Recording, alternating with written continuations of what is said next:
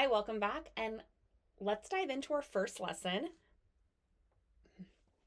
And yes, that is a film still from the movie Memento because I think I'm funny.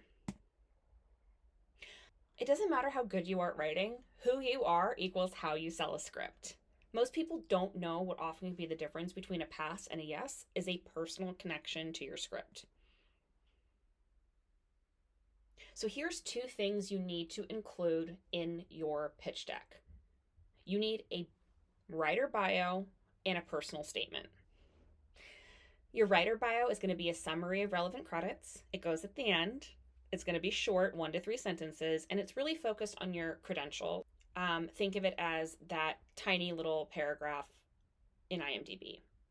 But a personal statement is something that most writers leave out, and it's one of the most important things you can include in your pitch deck besides your title and logline.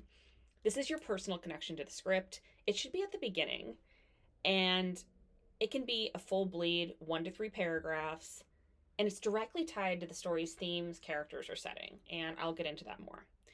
So this is an example of a writer bio that I designed.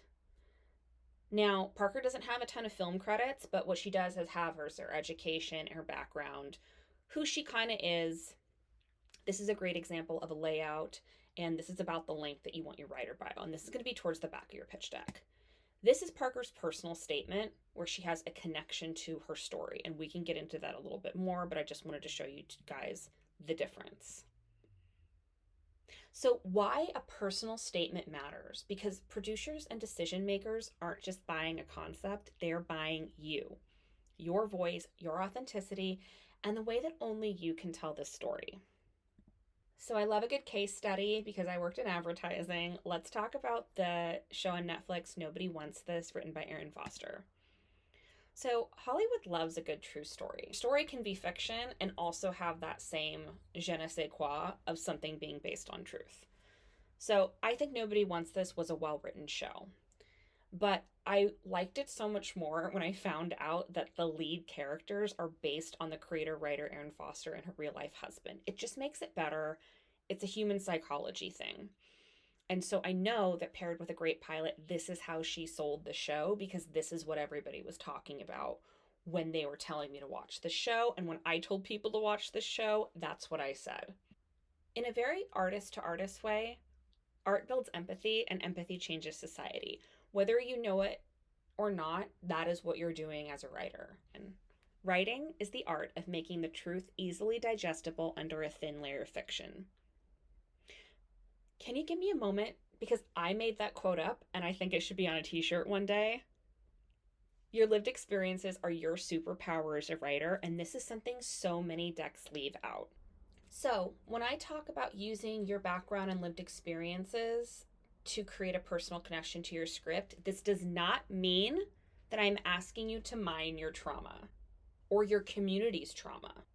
It also doesn't mean that if you had a great childhood, you can't be a writer. Your personal connection can be based on trauma, but it also can look like studying aerospace in college for a semester while you were writing your first screenplay, coming from a small town in Canada where your comedy script takes place. There are billions of stories. So let's go back to this personal statement. So Parker wrote Deadbeats, a horror film about a serial killer who is loose at a music festival. Now, Parker doesn't have to be a serial killer to have a personal connection to her story, but what she does have is experience as an intern at Bonnaroo, giving her inside access to all the behind the scenes stuff that goes on at a music festival. Now, me personally, I write horror, but I've never worked at a music festival. So who's going to be more equipped to tell this story, me or Parker? Probably Parker. And that's what I'm talking about. Where are you writing from a place of authority? Investigation. If it's not super obvious off the bat what your personal connection to the story is, we can start analyzing our own psychology. So write down 5 or 3 of your favorite movies or TV shows. And then next to each one, jot down what you love about it and why. Is it the characters, the themes, the humor? Get granular on the why of the why. Like, did your love of action films start with going to the movies with your dad? And what about that shaped you as a person or a writer? Then go back and reflect on your script. What drew you to the story? Was it the genre, the setting, Was it something else, a personal experience, a theme? Just jot down all your thoughts and don't filter yourself. Now compare your answers. Do you see a pattern? Is there a recurring theme, emotion, a type of story that resonates with you? Why? These are the commonalities that help you get your personal connection. This is also how you start branding yourself as a writer. So even if you really know your personal story that connects to your script, this is a great exercise because you're going to be pitching yourself and your voice a lot. Wrapping up, your personal connection is what makes your story unique and unforgettable. Where can you show your authority in the story? It might not be obvious, but weave the threads of your life to make it tie into your script. Your pitch deck should contain a personal statement page, which should be towards the front, to grab attention and ground your story, and a writer-created bio page, and that should be a brief bio with relevant credits towards the end. Well, humans, so I'm not going to give anybody homework, but there is an action item. Why not take all the stuff you just did and write a short personal statement highlighting your connection to the script and how it shapes your perspective?